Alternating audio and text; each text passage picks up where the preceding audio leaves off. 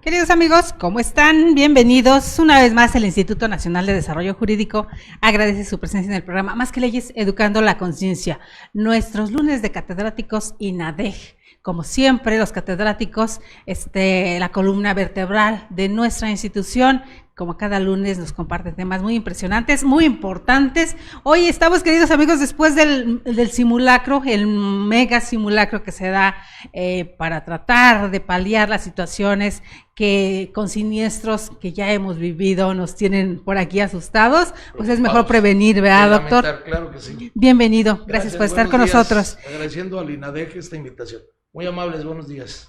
Gracias, queridos amigos, pues antes de presentarlo, lo saludamos, nuestro querido invitado del día de hoy. Tenemos con nosotros al doctor Alejandro Hernández Mercado. Nuestro lunes de catedráticos INADEG se engalanan y yo le preguntaba por qué no había venido, ya tenemos más de un año, sus múltiples compromisos, pero hoy por fin está con nosotros. El egresado de la Facultad de Derecho de la UNAM, con especialización en Ciencias Penales en la unidad de posgrado de la Facultad de Derecho de la UNAM, con una maestría en Derecho en la unidad de posgrado de la Facultad de Derecho de la UNAM, doctorado en Derecho igualmente en la unidad de posgrado de la Facultad de Derecho de la UNAM. Docente de licenciatura y posgrado de la Facultad de Derecho de la UNAM, docente de posgrado de la Barra Nacional de Abogados, docente de posgrado de la Universidad del Valle de México, docente de licenciatura y posgrado del Instituto Nacional de Desarrollo Jurídico, orgullosamente INADEG, docente de licenciatura y posgrado del Centro Nacional de Investigaciones Jurídicas, docente de posgrado de la Universidad Autónoma de Guerrero, docente de posgrado del Instituto Nacional de Estudios Fiscales de Chiapas, como abogado postulante en Derecho Penal, Derecho Civil, Derecho Laboral y Juicio de Amparo, por mencionar un poquito de su trayectoria, que vaya que nos deja también pendiente la trayectoria que ha tenido en el ejercicio público, la administración pública, que también tiene por ahí algo que compartirnos, doctor. Gracias por estar con nosotros. Pues sí, gracias por la invitación nuevamente y un tema que así lo estoy razonando ya desde que fui invitado, que sin temor a equivocarme, creo que es un tema muy actual, muy necesario, ¿no? La violencia infantil. Dándole un poco de continuidad hace 8 días que estuvo por aquí con nosotros el doctor Anatolio González Emigdio, rector de la institución, hablando sobre ese tema, dando un poco de continuidad, sobre todo en una época donde los niños parecen más vulnerables, más expuestos a todo lo que sucede alrededor, el mundo de los adultos, que también lo hemos llevado al mundo de los niños. ¿Qué está pasando dentro? Hemos titulado 3 escenarios de violencia infantil a nuestro lunes de catedráticos. ¿Y por qué dirán, queridos amigos? Los 3 escenarios naturales, nos dice el doctor, del desarrollo humano: la familia, la escuela y el grupo social. Así que por favor siéntense, pongan atención y si tienen alguna pregunta que hacernos, con todo gusto estamos contestando las preguntas aquí en vivo. Doctor querido, empezamos con el primer escenario, la familia. Sí, es indudable que en todo ser humano el proceso en nuestra familia es determinante. Se dice, y es una frase a veces medio agresiva, ¿no?, que la educación no se aprende, se mama. Es verdad, se mama desde el núcleo familiar. Toda la influencia positiva o negativa que tengamos en nuestra familia se va a reflejar en la escuela, en un segundo escenario, y en el grupo social, y no en la sociedad, porque la sociedad es un término muy amplio para mi personal punto de vista. El grupo social, aquel grupo de personas con las cuales vamos a tener una interrelación. ¿Y qué puede ser? Fuera de la escuela, dentro de la escuela, dentro de la familia, y que estos 3 escenarios naturales, repito, la familia, la escuela y el grupo social se interlazan de manera importante, generando factores de influencia positivas o negativas. En pocas palabras, si en nuestros escenarios naturales tenemos motivaciones, estímulos positivos, pues no habrá ninguna duda que nuestras conductas sean lo más sanas y positivas. Pero si por el contrario, en la familia, en la escuela y en el grupo social estamos influenciados, estamos bombardeados por factores negativos, definitivamente que nuestras conductas no van a ser las más adecuadas, las más positivas. Ese era un razonamiento bastante lógico al que aterrizo, al que concluyo, ¿no? Sí. Doctor, cuando una frase como la que nos menciona, la educación se mama en casa, no pudiera de alguna forma, pareciera que nos lleva a pensar que solamente la madre es la responsable de la educación de los menores. No, porque efectivamente el artículo 31, y me voy a permitir. Por supuesto, adelante. Me traje un acordeón aquí. Por supuesto. Y le voy a hacer un poquito de publicidad a Porrúa. Bueno. Constitución Política de los Estados Unidos Mexicanos. El artículo 31 lo dicta como tal. Yo creo, antes de darle lectura aquí al texto constitucional de 31, sí me gustaría señalar que en nuestras formaciones como licenciados en Derecho, nuestros maestros siempre nos han insistido dos aspectos: el derecho sustantivo y el derecho adjetivo. ¿Cuál es uno y cuál es el otro? Por favor, háganos el sustantivo es el que nos va a definir el qué. En el caso del 31 nos habla como sustantivo de la actividad educativa, de la educación militar, ¿sí? Ajá. El sustantivo, el qué y el cómo, cuándo y por qué, a través de lo que se conoce como el derecho adjetivo. Okay. En este caso, el 31 nos da las bases. Estamos muy cercanos al día 5 de febrero, ajá, que por cierto va a ser una fecha muy cercana, ajá, a la que vamos a iniciar aquí en el INADEC, con una materia que se llama Justicia para Adolescentes, que viene muy ad hoc a lo que estoy a lo que estamos, al tema que hoy nos ocupa. Pero en el caso que nos ocupa, me voy a permitir darle lectura al 31 de nuestra Constitución. Lo dice así: son obligaciones de los mexicanos, fracción 1, ser responsable de que sus hijas, hijos o pupilos menores de 18 años, concurran a las escuelas para recibir la educación obligatoria y en su caso reciban la militar en los términos que establezca la ley, así como participar en su proceso educativo al revisar su progreso y desempeño, velando siempre por su bienestar y desarrollo. Quiero recalcar esta última parte del párrafo de la fracción 1. Así como participar en su proceso educativo al revisar su progreso y desempeño, velando siempre por su bienestar y desarrollo. Desafortunadamente, este artículo, como muchos otros, se convierte en letra muerta. Lo platicamos esa ocasión que hacíamos reflexión de qué íbamos a tratar. Así es, en la plática de hoy. Y me quiero permitir a lo que creo, sin temor a equivocarme, que ha pasado. No desde hace 30, sino 40 años. En antaño era el varón, el padre, el único que salía a buscar el ingreso familiar, el presupuesto, el proveedor, en forma económica. Desde hace esos periodos, 30, 40 o más años, ya es también el varón y la mujer los que salen a buscar el aspecto económico. Luego entonces los niños, los menores, con los que tienen responsabilidad los padres de familia para su educación, quedan bastante sueltos. Si van bien las cosas en una llamada familia funcional, será en todo caso el tío, el primo o el hermano mayor o primo mayor el que esté al pendiente, o los abuelos, pero sin tener un seguimiento tal de poder ver qué es lo que pasa después de que regresan de la escuela. Y yo me quiero recordar lo que pasaba en la familia Hernández Mercado.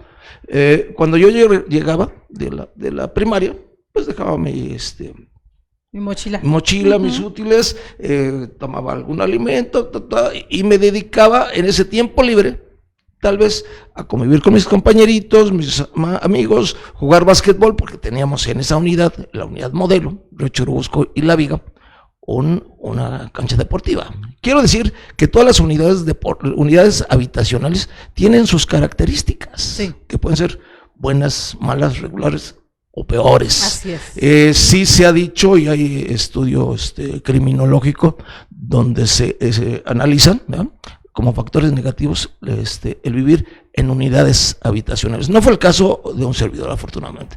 Y entonces ya entró en el periodo de mi tiempo libre. ¿Quién me supervisó mi tiempo libre? Pues tuve la posibilidad de que estuviera mi abuela al pendiente, mis padres, maestros también, normalistas los dos, dirigiendo y al pendiente, porque sí, fue el caso de mi madre y mi padre, yéndose a trabajar, y mi hermano mayor.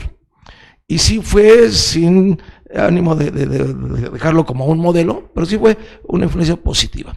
Y esto me encaminó a tener ya una forma positiva de la utilización del tiempo libre. Creo que no está pasando esto en la actualidad con los jóvenes y niños. Y es, desafortunadamente, la influencia de la delincuencia organizada, que se percata que muchos niños están siendo sueltos. No hay quien los controle, quien los vigile, quien los eduque, que los forme e informe en el hogar. Y luego entonces están haciendo presa de víctimas a estos menores, proporcionándoles aspectos criminales. Les dan la carga y los convierten en burros de llevar y traer la droga. Les dan el arma, le dan la motocicleta y están generando, no quiero exagerar la nota, pero están generando ya niños sicarios. Este evento tan desafortunado que ha pasado en Torreón, creo que le están dando un enfoque básicamente jurídico y bueno, desde mi personal punto de vista, ahora en la mañana estaba escuchando que están ya procesando al abuelo, quien al parecer, y esto también lo quiero distinguir. La presunción. Sí, porque luego cuando en alguna ocasión nos llegan a comentar, ¿qué opinas sobre el asunto? Pues mira, yo te puedo opinar de lo que he escuchado. Para que yo jurídica y penalmente pueda hacer un estudio muy concreto, muy profesional, muy serio, tendría que ver revisar la carpeta de investigación, los testigos, los peritajes y todo lo que implica que un abogado especialista en derecho penal tendrá que hacer. Estudiar lo que está en la carpeta. Muchas de las veces, la verdad histórica que está en la carpeta está muy alejada a la realidad y verdad histórica. Es una verdad histórica ficticia, pero bueno, esa es otra historia en el mundo ya del derecho procesal penal que es tan apasionante. Aterrizo el comentario. Creo, sin temor a equivocarme, repito, que desafortunadamente los jóvenes y niños en nuestro país están siendo presa de la delincuencia organizada, porque no está habiendo esa supervisión, esa vigilancia de la educación de los menores. Es riesgoso, desafortunadamente, ¿no? Sí. Así es, doctor. Pero también está la otra situación, porque nos hablamos de la familia. Pero en México, ¿cuántas clases de familia podemos observar?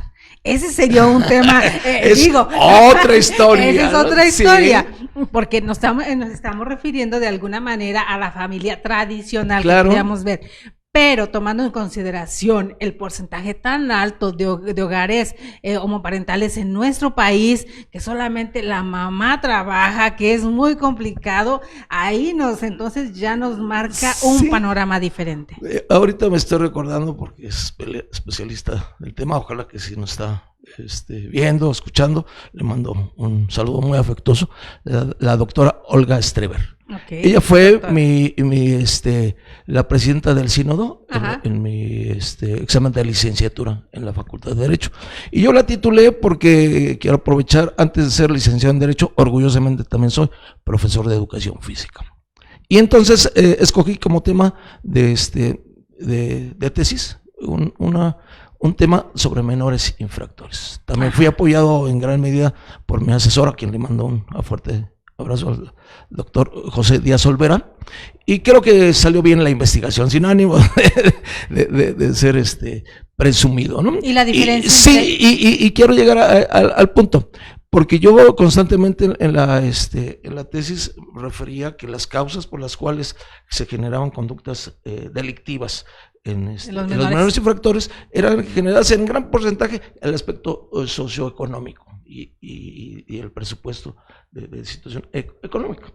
Ligo esta circunstancia a lo que nos tocó hacer, defender a una menor que fue acusada por una banda llamada, muy perversa, de secuestradores, los Banda, que operaban en la zona de la colonia Vicente Guerrero. Una menor que tenía una problemática como la que acabo de mencionar, pero ella no estaba inmersa en las conductas delictivas y perversas de este grupo de jóvenes. Okay. Y que eran jóvenes que algunos se tuvieron que ir al Consejo Tutelar y otros sí ya con 18 años y fracción al proceso penal. Vuelvo al punto, el escenario natural creo que estuvo muy vulnerado, muy afectado, porque ellos no tenían necesidad de estar delinquiendo. porque sus papás les proporcionaban dinero. Es a lo que me contradijo, y con justa razón, la doctora Olga Straber, en el sentido, no siempre los juniors van a tener, bueno, las personas que tienen carencia económica van a tener esta problemática. Gentes que tienen dinero, los llamados juniors en aquel entonces, también cometen conductas delictivas, pensando que aparentemente estuviera todo bien. El dinero no lo es todo, no lo es todo. Lo es el amor, la capacidad de educar a los hijos, a los menores, y también el aspecto de tipo económico, influye, pero no es el determinante, ¿no? ¿De cuántos años estamos hablando, doctor? ¿De qué, perdón? ¿De qué época estamos hablando? En el 85 fue mi tesis de licenciatura. Sí. A eso me refería. De ese tiempo que hace esa serie de investigaciones a la fecha, ¿usted cómo ha visto esta evolución? ¿Cómo la pues desafortunadamente ha sido una involución, porque lejos de que los padres y maestros en una corresponsabilidad hicieran un frente común para bien educar a los menores, ¿sí? Casualmente, en alguna ocasión, cuando estábamos promoviendo otra actividad como profesor de educación física, una directora, sabiendo que yo era licenciado en Derecho, me pidió el asesoramiento. Se trataba de un niño, un menor de edad, quien estaba siendo violentado en la familia por el padrastro, quien le apagaba los cigarrillos en su espalda. La señora, la mamá, la plancha. Y me preguntaba, ¿qué hay que hacer, licenciado? Pues hay que denunciar. Maestra directora, si usted no denuncia, usted está haciendo o cometiendo una omisión y puede haber responsable. No, pero ¿cómo es posible que es una gente muy perversa? Pues sí, hasta me permitía hacer el razonamiento muy coloquial de filosofía popular, ¿sí? El valiente vive hasta que el cobarde quiere. Usted no está ninguna cobarde, y si no lo denuncia, afortunadamente se armó de valor, se hizo justicia. Se tuvo que quitar a ese menor de ese medio familiar tan hostil, porque lo que venía para ese niño era involucrarlo a que vendiera la droga o convertirse en un delincuente en potencia, ¿no? Es un factor a veces medio o en gran medida exagerado, pudiéramos escucharlo, pero desafortunadamente real, ¿no? La realidad siempre superará a la ficción, indudablemente. ¿Sí? ¿La omisión puede convertirse en complicidad en algún momento? Más bien la omisión genera una responsabilidad, porque aún así que la Secretaría de Educación Pública está teniendo un contrato laboral con esa directora de escuela, no únicamente está al pendiente de que su plan de estudios, la maestra de primaria, sino la conducta, y es otra de las cosas. Creo que muchas veces, no quiero más que razonarlo en forma lógica, el Chapo Guzmán o algún otro delincuente conocido públicamente, tuvieron que detectarse algunas conductas irregulares en la escuela. Y ahí faltó, yo creo, la supervisión o la participación o el no compromiso de algún director, de alguna autoridad educativa, que tuvo que poner un freno, llamar al padre de familia a una junta, hacer lo propio. Porque al fin y al cabo, la escuela, la educación pública, no nada más educa, no nada más informa, sino también forma. Es algo... La prevención del delito. Sí, la prevención es a lo que creo, sin temor a equivocarme, que vamos a llegar en esta plática. La prevención del delito, porque lo único que vemos ahora con la prevención en las escuelas es la revisión de mochilas y sí. demás.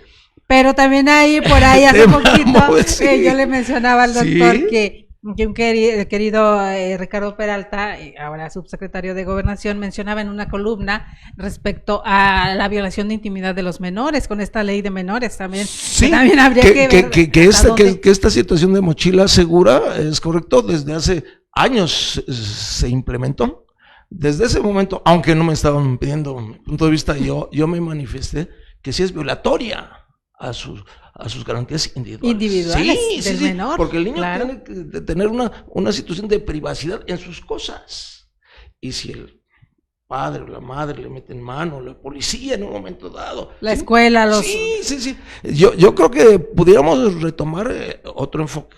La mochila segura es coordinada, o deberá de ser coordinada por el padre de familia o madre, los padres de familia, que revisen, que efectivamente lleven su libro de civismo, su libro de las materias que sean, y aunado a ello, porque estoy convencido de ello, y meterle tal vez como un plus, una pelota de esponja que le sirva para que desarrolle en el recreo alguna actividad psicomotora dentro de la materia de educación física, una cuerda para que la salte, y que en todo caso esa mochila segura sí sea segura para generar conductas positivas.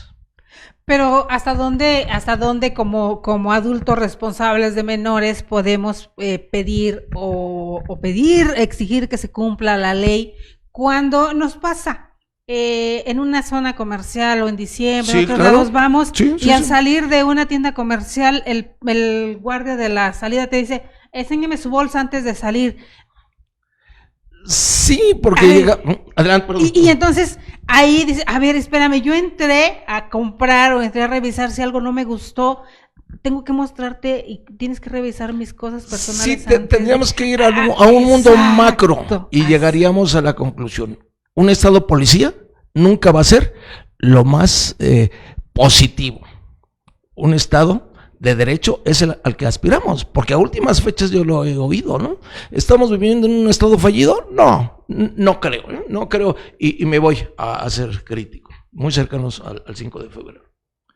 Cuando ya nos acercamos al 5 de febrero, siempre habrá gentes o personas, estudiosos del derecho, que digan, la Constitución sirve para dos cosas, y hay que ponerla ahí, en el voto. No sirve para nada. ¿Sí? Y hay otras personas que dicen, no, la Constitución sigue siendo la panacea. Son posiciones extremas. Y tal vez una posición intermedia donde yo me quiero sumar. ¿Sí? Creo que sí, la Constitución sigue siendo la columna vertebral de la sociedad. Rector. Sí. Pero sí es perfectible. Todas estas reformas a las que se han abocado los últimos legisladores son interesantes, son dignas de discutirse, aunque en muchos de los casos, y bueno, hace un rato antes de empezamos a tocar el tema del feminicidio. Así es. Y que es opinión muy personal, que creo que fue con fines evidentemente políticos, y que entonces la conducta de matar a una mujer estaba castigada y estaba tipificada en el tipo penal de homicidio. Para mi gusto está por demás, aunque no me está haciendo la pregunta, ya me tomé la iniciativa. Yo lo sé, ya ves cómo son los abogados, sí, de decir que para mi gusto la mujer tendrá que ser protegida, como siempre ha sido, y el tipo penal de homicidio la protege.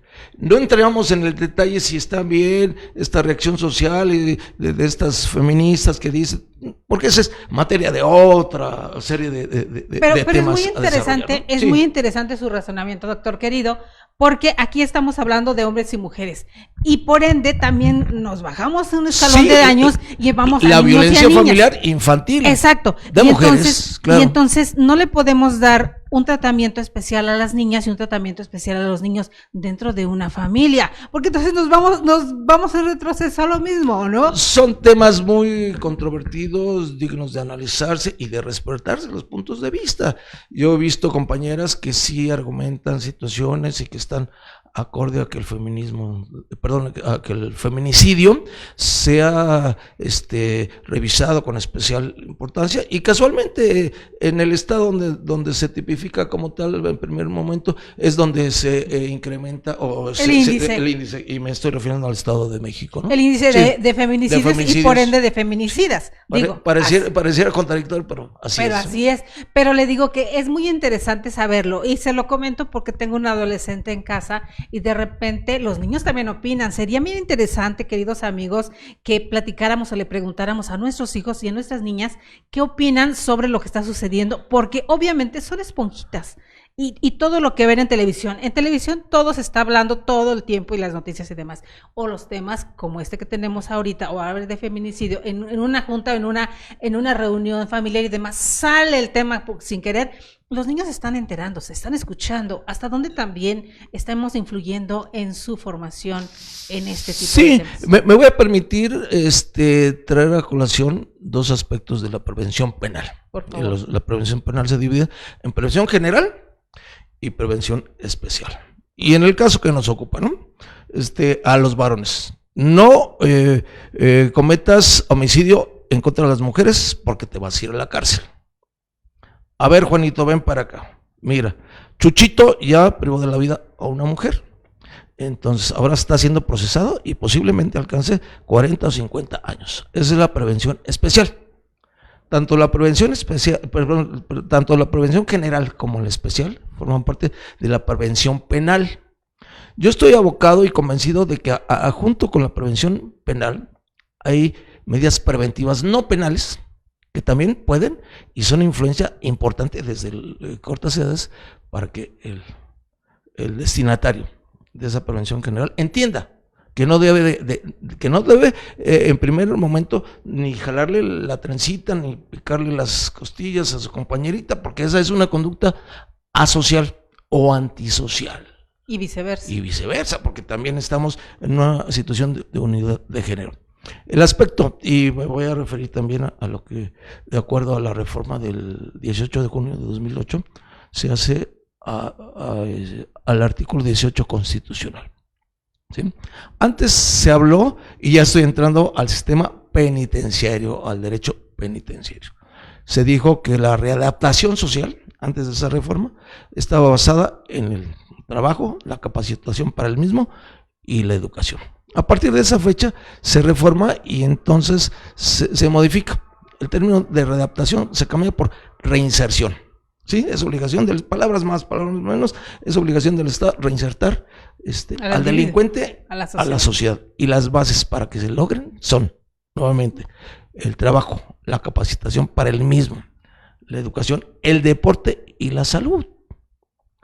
Y si ello es suficiente para readaptar y para reinsertar al delincuente, pues con mucha más razón serán también medios para prevenir conductas. No nada más delictivos, sino asociales, antisociales y delincuenciales. Complicado y amplio. Pero aquí Sí. cuando hablamos de una familia funcional o disfuncional, ¿cuáles serían los parámetros para ubicarnos en cuál estamos viviendo? Me voy a permitir a dar una respuesta muy simplista, espero que no se haga simplista, pero con bastante lógica. Una familia funcional es la que funciona. Ahora tendríamos que ver qué es funcionar para los miembros de una familia. Tal vez para una familia delincuencial, funcionar es que sí se estén ganando dineros y millones por... Y que hoy no me agarraron en la no, combi. Perdón, porque también en las bandas de secuestradores, Ajá. las familias participan. Por supuesto. Hace Ya ya varios años, hace ya varios años también fuimos consultados para llevar, más bien decidir si llevamos la defensa de una señora, una chaparrita oaxaqueña, nos rompió un plato y la estaban acusando de formar parte de una banda de secuestradores, y casualmente sí era una familia. Y ya cuando empezamos a tener plática con ella y con los miembros de esa familia que nos estaban consultando, siempre es otra de las cosas fines que en el litigio penal uno va encontrando. No siempre los clientes, que muchas de las veces sí son delincuentes, nos dan todos los elementos. Y la señora decía, es que yo no lo secuestré, yo nada más le pasaba el alimento y estaba al pendiente y... ¿sí? Yo lo cuidaba. Sí. Yo lo cuidaba. La ignorancia de la ley no la te exime claro. de la... ¿sí? Y son situaciones que se van generando, volviendo al punto. Pudiera ser entonces una familia funcional para ellos, porque sí está generando una función y sí, yo creo, pues, sin ánimo de más que utilizar lógica, ¿no? La familia funcional es la que sí va a estar en términos de estar en una interrelación avanzando, progresando en todos los aspectos. Y educativo, el ritmo de la sociedad. Social, cultural, deportivo, recreativo, sí. Y la disfuncional, no. Muchas de las situaciones que hemos visto se generan por la complicidad, en el caso que me refería hace un rato, la mamá, al ver que estaba maltratando su pareja a su hijo, lo permitió. Y tal vez es el razonamiento que hemos escuchado, es que si me quejo, me va a dejar, y yo luego ¿qué hago sola? Si es el que me está dando de comer, y aunque sea delincuente. Aunque esté maltratando a mi hijo. Sí. Sucede. Y obviamente que sí se llevó adecuadamente al proceso a los dos, por la complicidad y participación de ese maltrato infantil, que no nada más queda en eso, sino conductas delictivas, ¿no? Y que a final de cuentas lesiones. terminan con la vida de un ser humano, porque un niño con esa vida llevada hasta ese momento, aun cuando lo lleven al DIF o lo lleven a otra instancia, Claro.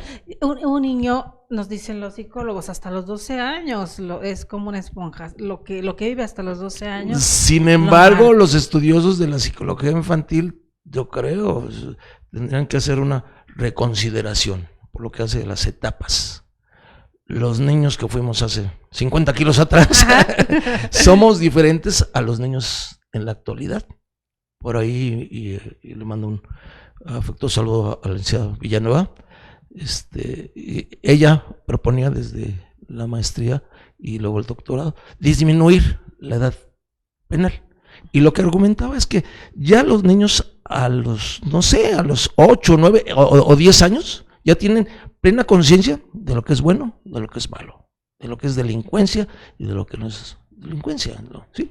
Y ella argumentaba, es un tema también bastante polémico bastante. Y es cabroso porque casualmente a los 18 años, si vemos, empata la edad para que un niño haya cursado su educación preescolar, primaria, secundaria y de bachillerato. Hasta los 18 años ya el niño o el joven ya cursó el bachillerato, ya tiene una información que le permitirá ser responsable de sus actos a partir de los 18 años y un segundo, ¿no? Ya será un tratamiento diferente, porque entramos en la polémica en algunas ocasiones con compañeros decir, es que los menores no cometen delitos. Claro que sí cometen delitos, el tratamiento es diferente y bueno, tema también bastante polémico. Pero hemos visto violaciones de niños de primaria con sus compañeritas, que de alguna forma esa conducta debe ser aprendida de algún lado. Hace como 2, 3 meses, creo, un poquito más, niño sicario, que de la manera más perversa acribilla a su víctima con 12 balazos, y bueno, pues eso no es producto de la casualidad, ese niño no nació así, esa influencia negativa, criminógena, que tuvo influencia desde su casa, la escuela y el grupo social, lo hicieron así, y bueno, en tan poco tiempo. Sí, y no quiero ser catastrofista, pero sí con la gran influencia de la delincuencia organizada que está atrás de él, dándole los recursos para cometer lo que le están ordenando que hagan, ¿no? Pero yéndonos al punto segundo, doctor, la escuela, estamos a casi 100 años de la SEP. Casi, ¿no? Casi. Sí. Entonces, queridos amigos, por aquí vamos a tener programas especiales al respecto, pero lo especial al respecto hoy que nos ocupa es ¿qué evolución ha habido? Usted también como maestro de la gracias. ¿Qué evolución ha habido dentro? Yo les decía hace poco que yo discutía, obviamente a mí no me pelaba, pero está mi discusión con Esteban Moctezuma, hasta donde también ha faltado voltear los ojos de quienes dirigen la SEP a meter más psicólogos, pedagogos, gente especializada, precisamente con esta evolución que los niños han tenido y que debiera tener la escuela en el momento. Voy a hacer un comentario porque también platicamos con el ingeniero que nos apoya aquí muy amablemente. ¿Qué debería de haber en una escuela como mínimo, en una escuela primaria oficial? Lo que hay, maestros de primaria, pero también tendría que haber un trabajador social o trabajadora social, un psicólogo, un médico. Alguien me dice, no, pues tú estás viendo el temblor y no te hincas y no alcanza la lana para... Sí, yo creo que sí alcanza la lana, porque nos han dicho que hay un presupuesto multimillonario. O por lo menos para en cada la educación. Sí, yo, ya si no en cada dirección. Y entonces sí hacer un grupo interdisciplinario que esté enfocado en torno a la educación de ese menor. Ahorita que me refería, ¿no? Casualmente fui invitado también para formar parte como docente en la Escuela de Jurisprudencia, que está enfrentito de la Secretaría de Educación Pública. Así es. Están enfrentito, ¿no? Sí. Y yendo a hacer una gestión personal en mi otra área de educación física, ahí se ven los escudos de la Universidad Nacional Autónoma de México y de la Secretaría de Educación Pública. Polémico. ¿Qué es lo que se debe revisar y se debe de impartir en la educación básica oficial? y privada. Sobre Pues todo los elementos, mínimos necesarios para que los alumnos, al término, estoy hablando de la primaria, al término de los 6 años, ya estén en posibilidades de un proceso positivo, avanzar a la secundaria, y en la secundaria lo mismo, reforzar, reafirmar cosas. Casualmente, le mando un saludo al doctor Eduardo López Betancourt, él fue mi tutor en mi tema de investigación, y precisamente ligué los dos aspectos, la educación física como una medida preventiva, no penal, en el consumo de estupefacientes y psicotrópicos. Él, por lo visto, tuvo allí una fuerte diferencia con el secretario de Educación Pública en turno, el licenciado Limón Rojas, en ese momento, que le generó irse, pero los libros de texto del maestro, del doctor en pedagogía, en historia, doctor en derecho, el doctor Eduardo López Betancourt, veo que siguen siendo base para formar en forma cívica a los menores. A eso me iba a referir, doctor querido. Cuando vemos este encontronazo entre la visión de Limón Rojas y el maestro López Betancourt. Sí, y que es otro de los aspectos. O sea, que sí tenemos quien dirija, quien dé buenas ideas, quien lo haga. Y lo platicamos ese día viernes que estábamos haciendo los análisis de que íbamos a comentar, que el ingeniero Bravo Aguja, no teniendo una formación educativa, porque fue ingeniero, se pudo hacer de asesores que le sugirieron, ¿sí?, para una reforma educativa que entrara realmente a los planes de estudio, que hasta la fecha se pueden retomar. La reforma educativa de Bravo Aguja, ¿sí?, siendo que él no tenía la formación de pedagogo y o educador, o licenciado en pedagogía, o maestro, ¿no? Aquí tendríamos que entender que quien llega a administrar la función pública, en este caso, que entienda que su labor es de gerente, y si no tengo la capacidad, pues me allego de las personas idóneas para el resultado que tengo que entregar sobre la encomienda que tengo. Sí, vemos con agrado, porque también es otra de las áreas que hemos estado incurriendo, que hemos desarrollado, y me refiero a un colegio de educadores físicos, y hemos sido invitados por el secretario de Educación Pública y estamos haciendo ahí lo propio, porque ese es tal vez punto y aparte, pero lo voy a aterrizar al final. Mente sana en cuerpo sano. Sí, y que desafortunadamente la infancia mexicana está catalogada en segundo lugar de obesidad.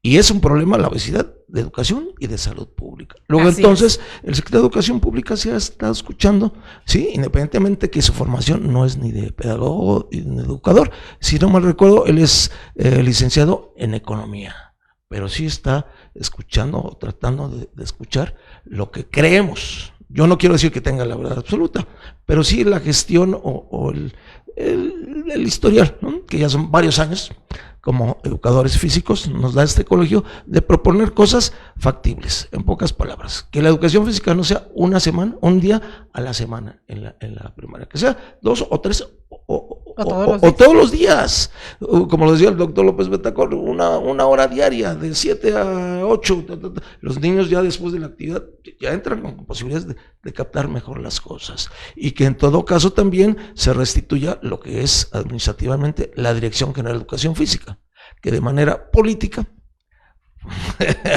aunque podríamos decir, y que viene el caso, sí, se destituyó o se desapareció a la Dirección General de Educación Física, en la gestión de Emilio Chaufet, el licenciado Emilio Chaufet.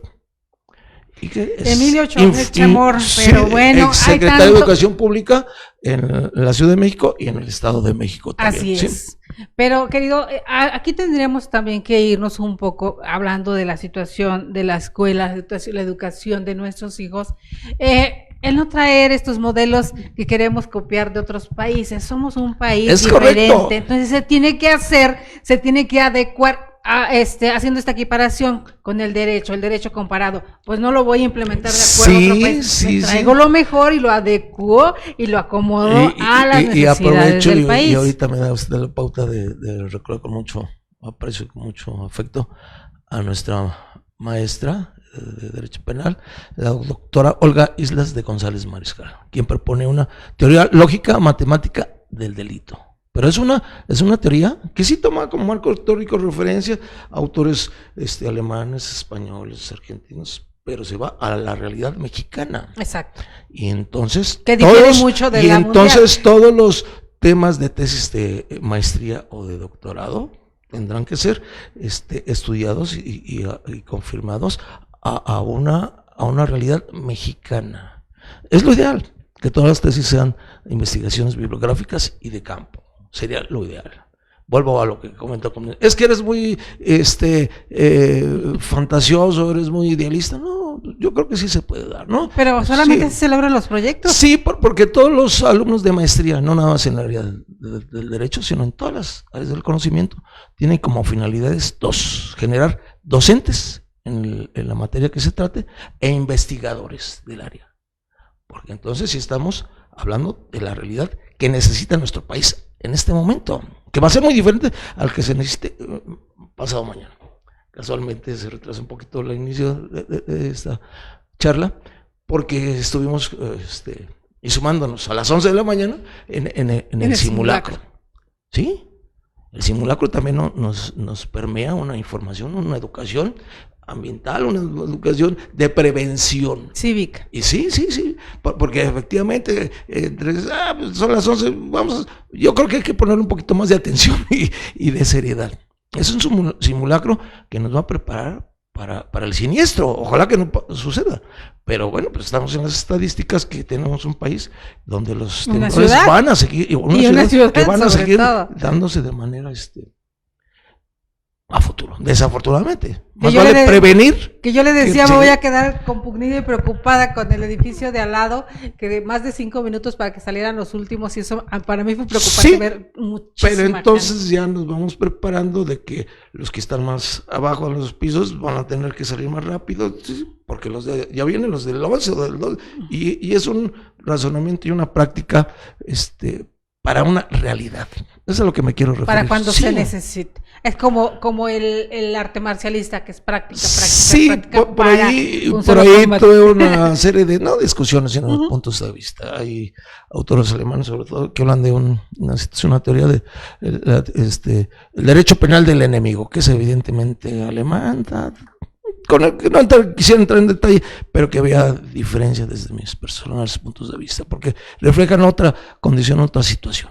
Con una historia de cada país que también influye mucho. Y con todo el respeto que me merecen mis amigos, con los cuales no tuve puntos en coincidencia, pero con mucho respeto, ¿no? Sí. Así es.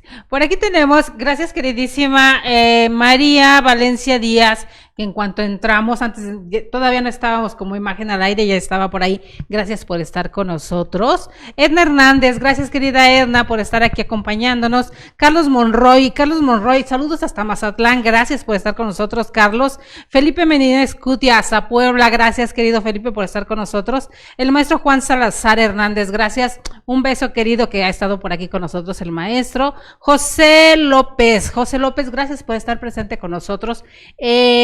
El maestro Héctor Antonio Becerra Orefice, gracias a Justicia para Todos que está con nosotros por aquí, de verdad es un honor que esté mirando el programa.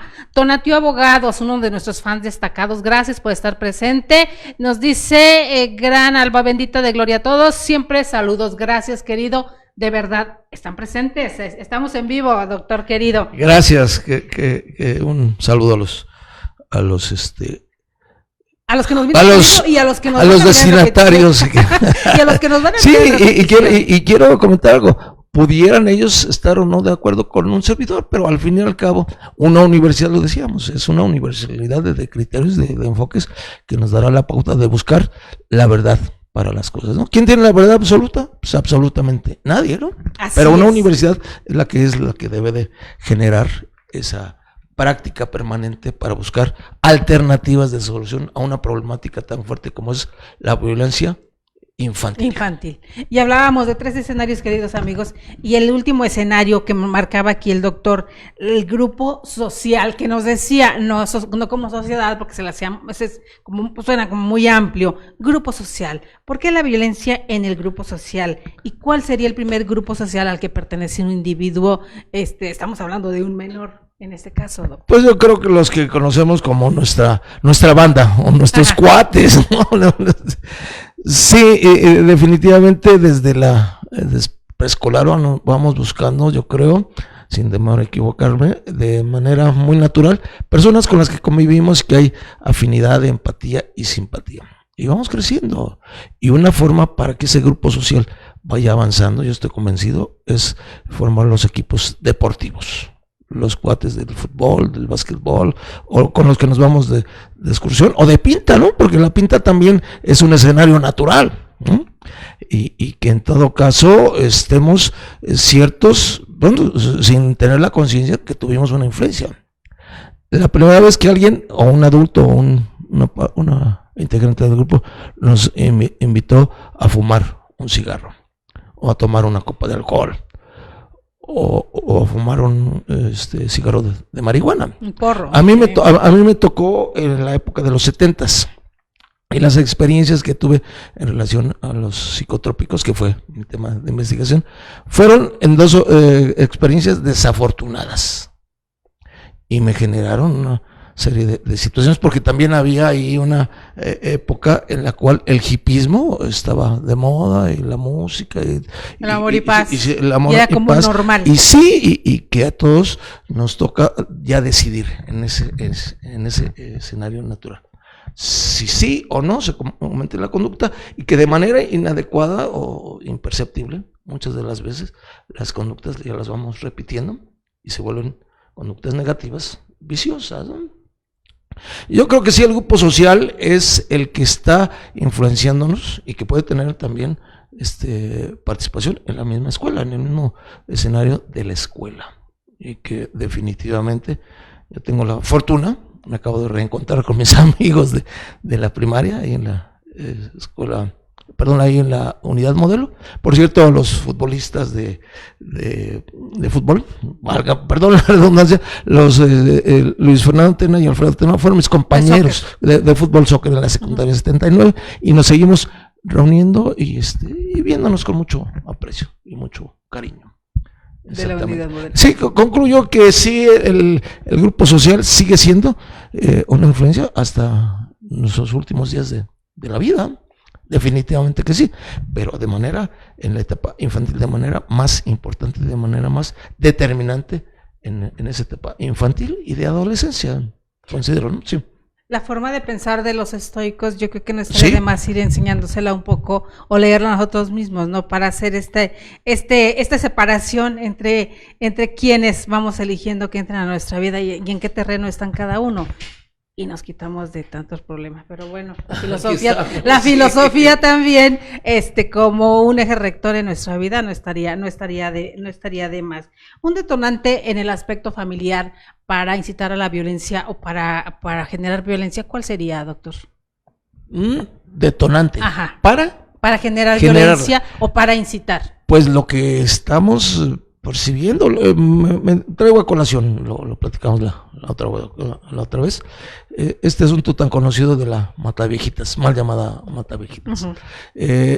Se sabe que la mamá de esta persona deja en guardia y custodia a la menor a los 2-3 días de nacida, y se retira, y ya no regresa. Es la abuela la que va educando o tratando de educar a la menor, pero lejos de proporcionarle afecto, cariño, consideraciones, la maltrata, ¿no? La va golpeando, va generando desde ese momento una influencia muy negativa, una violencia infantil permanente. Desde recién nacido. Crece y va teniendo un rencor humano, natural, entendible, hacia todas las personas que tienen unas características, personas de la tercera edad.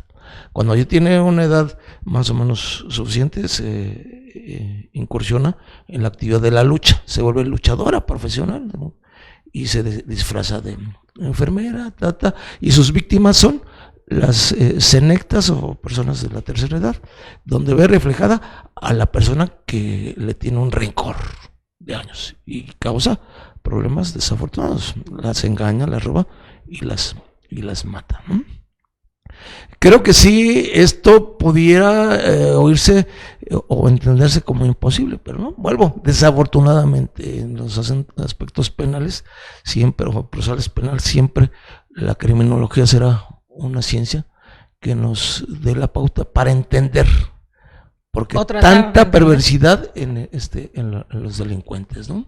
En un país, Perdón, delincuentes que atentan contra homicidas, pues, ¿no? Sí, específicamente. Perdón, sí. no se preocupe, doctor. En un país, doctor, donde estamos acostumbrados, y lo mencionaba hace rato, hay un índice de madres solteras muy alto, muy alto. La mayoría no puede pagar guarderías o no hay lugares y por ende dejan a sus hijos con la abuelita. Pero aquí viene otra cuestión todavía más grave.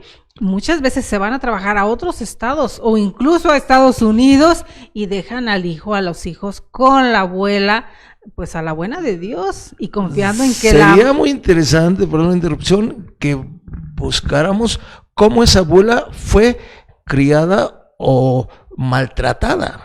O cómo nos trató como madre, ¿verdad? Como para saber si porque si ella tomó como modelo lo que le había pasado con ella, es que así se debe de hacer. En una época, los mismos padres de familia aceptaban y decían a los maestros, y pégale, yo le autorizo. Ajá. Porque refiriéndose al menor, nada más entiende a golpes. Y era la época donde decía, la letra con sangre entra. Y era evidentemente violatoria a los procesos de amor, de afecto que tendrían que haber tenido los maestros hacia los alumnos. Yo creo que sí recordamos más de uno, sí, nos recordamos de nuestra maestra golpeadora, que la patillita nos la jalaban o nos pasaban al pizarrón y nos bulleaban y esa violencia no era la adecuada, ¿no? Yo tuve más de una discusión con maestros porque precisamente se atrevieron, y yo digo se atrevieron porque uno trata de formar a los hijos lo mejor posible desde casa y sabe qué es lo que va a la escuela. Y en la actualidad creo que está bien, a veces se puede pensar que es exagerado, ¿no? Pero bueno, creo que está bien que se genere en los menores una cultura de la denuncia. Si el si el mayor, tu padre, tu familiar mayor, tu maestro te golpea, habla a estos teléfonos y nosotros te vamos a defender. También ahí caemos a veces en situaciones de ganados por la mirada, ya se sienten ofendidos o los padres de familia sienten que se está agrediendo. Eso es otra historia. Esa es otra historia, porque que sería digna de el ingeniero, de la pregunta de los 64,000. ¿Más vale una nalgada a tiempo que un delincuente en la cárcel? A ver. Yéndonos con ese enfoque, yo creo que sí. Como padre de familia. La nalgada terapéutica, en términos muy coloquiales, es que ya me la pedía a gritos, que la nalgada. Pues sí, pero que no sea la regla, que sea la situación. Claro. Sí. Ahorita me estoy recordando porque en alguna ocasión que formamos sínodo con el doctor Baltasar, otro compañero de la FES de Aragón, él le cuestionaba al sustentante que estaba hablando precisamente de maltrato infantil y conductas antisociales de menores. Y le decía, estaba presente en el examen Bernabé Luna Ramos, mi gran amigo. Él era el presidente del sínodo, porque estaba refiriéndose a su mamá, el sustentante. A ver, señora, venga, ¿usted le dio 2 o 3 nalgadas? Dígame aquí, sí, le digo. ¿Lo traumó? No lo traumó, que ya está a punto de ser maestro en Derecho, especialista en Derecho Penal. Creo que si esto es en forma excepcional y no una regla, porque en todo caso la regla tendrá que ser el afecto, el consejo, el diálogo. El cariño. Sí, el cariño. Claro. Y que sea así cuando ya no la piden, porque sí, que el berrinche, la paleta, ¡pum! Pero que sea excepcional, ¿no? Yo creo que sí lo justificaría en todo caso, ¿no? Pero no llegar al grado que el niño sienta que es una muestra de cariño y por eso. Sí, porque los criterios actuales ya no son afortunadamente los que existieron antes, de que la letra con sangre entra.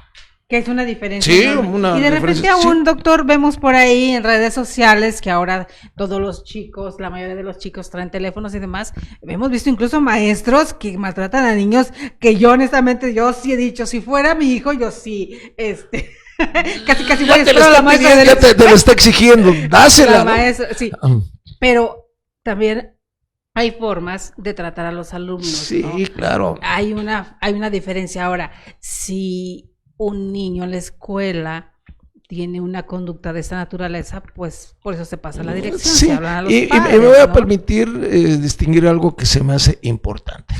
Dígame. Existió antes, como un estímulo económico para los docentes, lo que se conoció como carrera magisterial, y que se estaba estimulando económicamente al que mejor estaba preparándose para mejor proveer, para mejor hacer su trabajo, y que veo con especial interés ahora por parte del secretario de Educación Pública, Esteban Moctezuma, Ajá.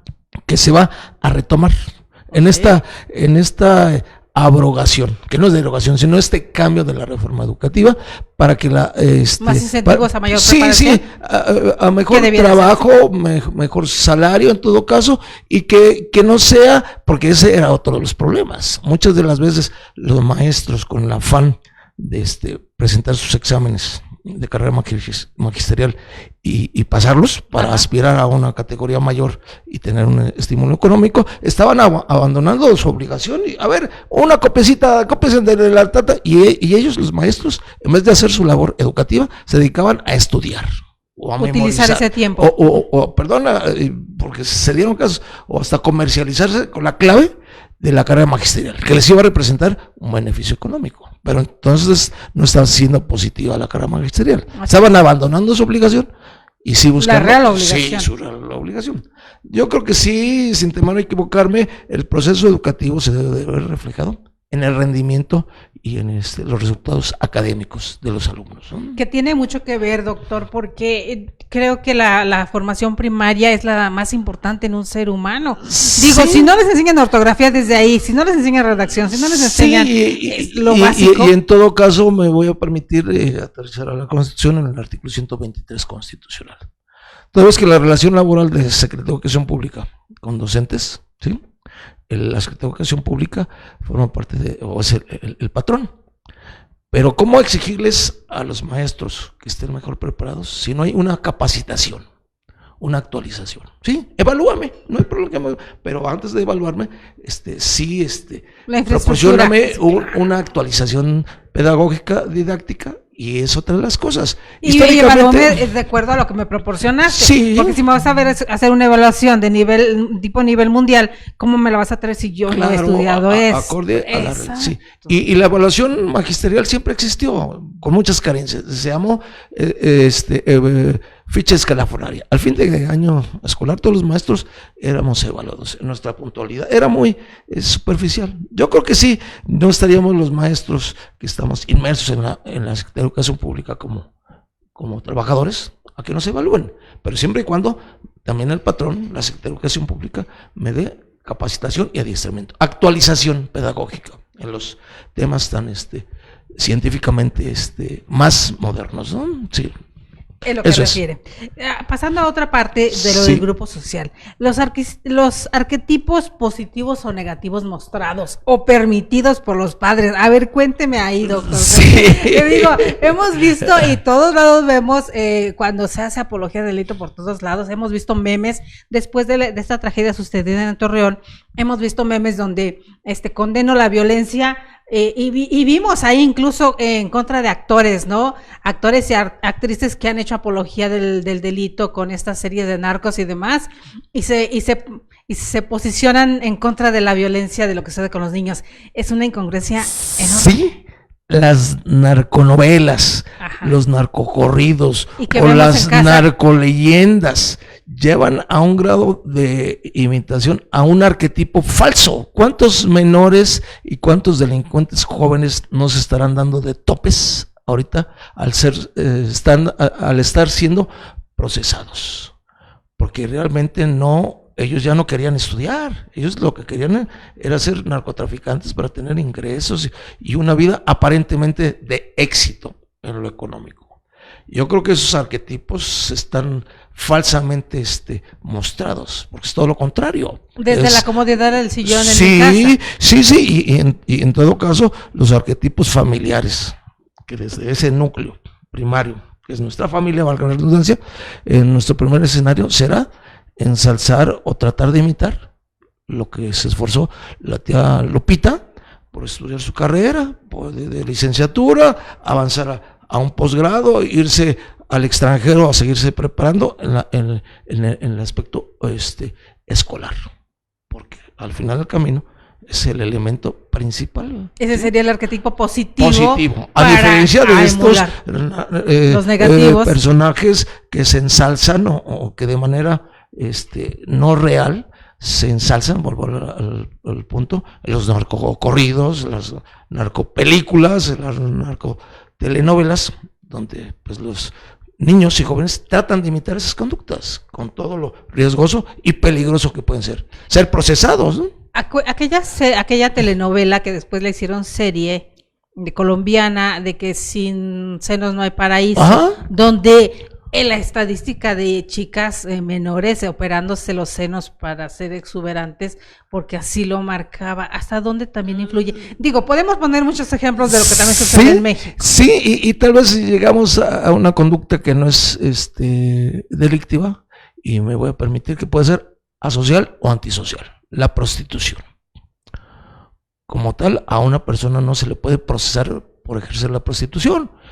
Y casualmente también existe prostitución masculina desde hace X tiempo. Esa conducta puede ser asocial o antisocial, pero está ligada a una conducta que sí es delictiva, que se trata la trata de personas, el enocinio.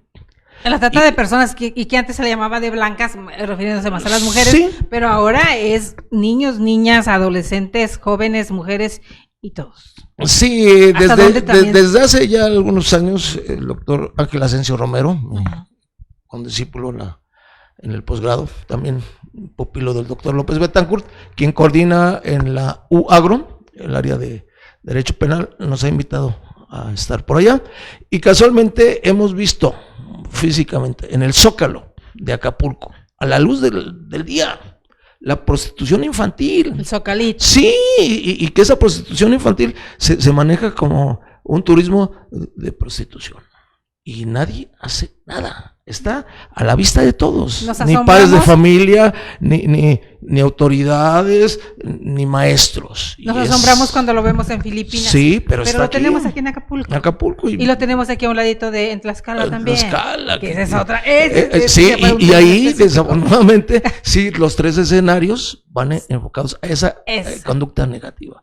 La familia, la misma escuela, que muchas de las veces emigran de la escuela porque ya no quieren estudiar sino trabajar en la prostitución infantil, y el grupo social de influencia, donde muchas son atrapadas por ese padrote o madrota, que es el enón, que sí está cometiendo una conducta delictiva, ¿no? Pero aparte de que el enón va y recaba y trae la misma familia, sí. Porque esa refuerza situación, la conducta, sí, ¿no? Sí, porque esa situación donde se casan y demás, para mantenerlas en esa situación aberrante, donde también la familia... Pero son matrimonios ficticios. Exacto. Que realmente es una interrelación o una dependencia del enón hacia la prostituta. Pero influye la madre, las parientes, las hermanas. Y definitivamente que está casada con 6 o 7, y esos matrimonios a la luz del derecho civil pues son inexistentes, ¿no?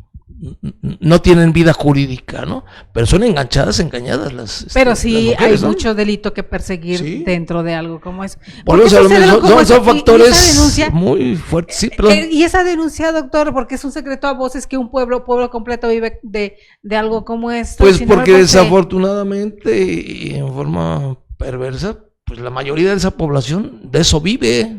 Y que no la normalización estaríamos de esa más conducta, que de regresar a en un estado de derecho. Esto tendría que ser imposible, pero no lo es. Es una triste realidad que debe de ser atendida jurídica, educativa, culturalmente y familiarmente. Así es. Pero bueno, el deber ser muchas veces es superado por el ser negativo, ¿no? El ser perverso, ¿no? La actividad muy desafortunada, ¿no? De lo que sucede. Sí, de lo que sucede. Pues sí, queridos amigos, ¿cómo ven? De verdad, temas apasionantes y sobre todo viniendo de quien sabe de ello. Doctor, siempre les pedimos y les decimos que es una cátedra gratuita lo que nos comparten. No, con todo ahorita gusto, ya son ideas. Ya nos fuimos más de una hora fascinados. Podemos aquí seguir horas con el doctor platicando. Para hacer un cierre, doctor querido, estos 3 escenarios, ¿qué nos dejaría usted de tarea al público que nos mira aquí, nos van a mirar en repetición? Pues yo creo hacernos una reflexión hacia todos, me sumo, de que efectivamente sí nuestras relaciones interpersonales en la familia, en la escuela y en el grupo social tendrán que ser los que mejor nos han generado beneficios. Y yo no quisiera, porque soy incapaz de dar recetas, no, jamás, ¿no? Que cada familia tiene sus elementos y sus arquetipos a seguir positivos, su situación de apoyo. No es ningún misterio que de una fecha a la actualidad, pues las economías familiares están con elementos difíciles. Son temas económicos difíciles, o épocas difíciles, perdón, pero que siempre la familia, el grupo social y la escolar nos serán los aspectos más prácticos y directos para salir avantes y buscar el progreso del grupo social, que será el progreso de la sociedad y de la sociedad mexicana y de nuestro país como tal. Por último, quiero comentar, por invitación de la UNAM, tuve la oportunidad de ir a Ecuador y me voy a referir a la seguridad social. Yo he sido muy crítico en decir que IMSS, perdón por la palabra, importa madre su salud. ISSSTE, perdón coloquial, inútil solicitar servicio, espero que esto no... pero sin embargo, y quiero reconocerlo, he sido exagerado tal vez y inadecuadamente crítico. Porque me doy cuenta que en el Ecuador la seguridad social únicamente llega al trabajador, no así a los familiares del trabajador, como sí pasa en México.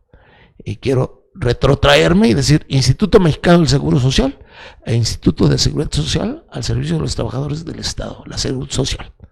Porque el tercero, el 27 y el 123 siguen siendo, desde mi personal punto de vista, los tres artículos de nuestra columna vertebral, de nuestra Constitución, para el beneficio de nuestra población, el beneficio de la población de los mexicanos. Y no se trata, queridos amigos, que mal de mucho consuelos de pocos, sino que nos demos cuenta de la realidad que vivimos, sí, y los beneficios estando que fuera obtenemos del país es cuando se puede apreciar qué es lo que pasa en nuestro país, ¿no? Así es. 2 minutos, no, adelante, el tiempo que casualmente cuando ya regresábamos de allá de Ecuador, porque soy bastante dicharachero. Saludos a Ecuador. A la Universidad de Loja en el Ecuador. ¿Sí? A un querido amigo periodista, Raúl Zavala, gracias, siempre está presente. Ojalá que nos estén viendo por siempre está presente. Llegó ya hice ahí contacto con una persona que fue a un congreso de odontología. Empezamos ahí a platicar y se nos acercó un agente judicial y se identificó y nos pedía que le mostráramos nuestros portafolios. Dije, no, oye, tu país me invita a hablar sobre los derechos humanos y no te voy lo estás violando de entrada. No, tráeme a quien quieras, ¿no? Me estás violando y ya elevé la voz. Como buen Hernández que soy, sí se me da. Este señor, no, espérese. ¿Sí? Y esto, por ahí lo detectó un periodista e hizo una nota. Y le dije, yo sé por qué nos estás pidiendo que te mostremos nuestros portafolios. Porque en la semana, aquí en tu país, agarraron a unos líderes del cártel de Sinaloa, y ya lo están procesando. Pero no todos los mexicanos somos delincuentes. Así es. Tú no sabes quién es Enrique Villa Rivera, pero es un sinaloense a toda prueba. Él era en ese momento José Enrique Villa Rivera, el director de CONACYT. Y le hice yo una pequeña remembranza. No tienes derecho, no tienes la obligación, pero no todos los sinaloenses o todos los mexicanos somos narcotraficantes. Exacto. Casualmente llegamos y aquí en México estaban haciendo lo mismo con otros extranjeros, colombianos, brasileños, y los tenían en el mismo recaudo que nos tenían a nosotros. Exacto. La violación a los derechos humanos por presunciones, y en todo caso eso es violatorio a lo que ordena el primer capítulo de nuestra Constitución, ¿no? De los derechos humanos. Pero qué terrible. Terrible. Y se repite, desafortunadamente, ¿no? Sí. Y da lo mismo si fuéramos a Estados Unidos. Sí, claro, no, pues, esa es otra historia que sería digno para el radicalismo dentro de la sociedad, doctor, para la mente de un niño.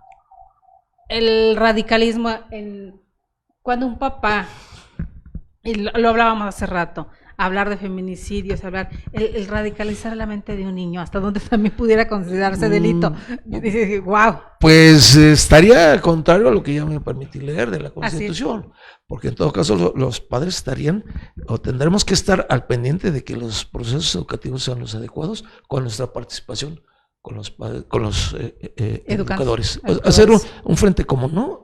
Padres de familia y maestros, para que los menores, nuestros hijos, los menores, estén avanzando en un proceso educativo que les va a generar los elementos positivos para mejor vivir en sociedad.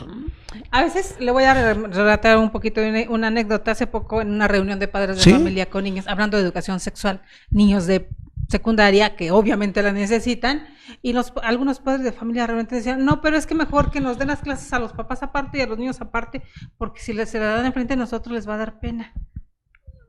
Yo creo que no, A eso me refería. Porque esto ha sido como una práctica, sobre todo en las escuelas privadas, que las muestras pedagógicas. Así es. De decir, miren, padres de familia, sí ha valido la pena lo que han pagado de colegiaturas, no diciéndolo así, pero mostrándolo así, claro, implícito. Porque miren a qué niveles han llegado.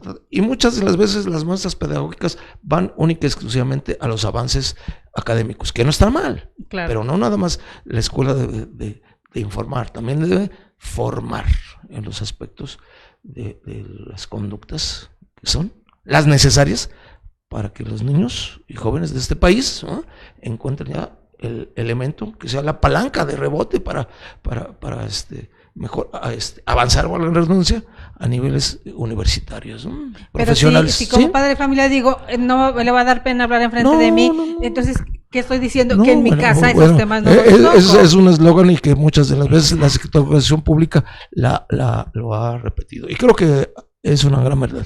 Educar para la vida, para lo que se van a enfrentar en 2020 y lo que venga. Y lo que viene. Porque la educación de ahorita tendrá que ser diferente a la de mañana o pasado mañana, y con elementos más científicos y más sólidos, por supuesto, fuertes.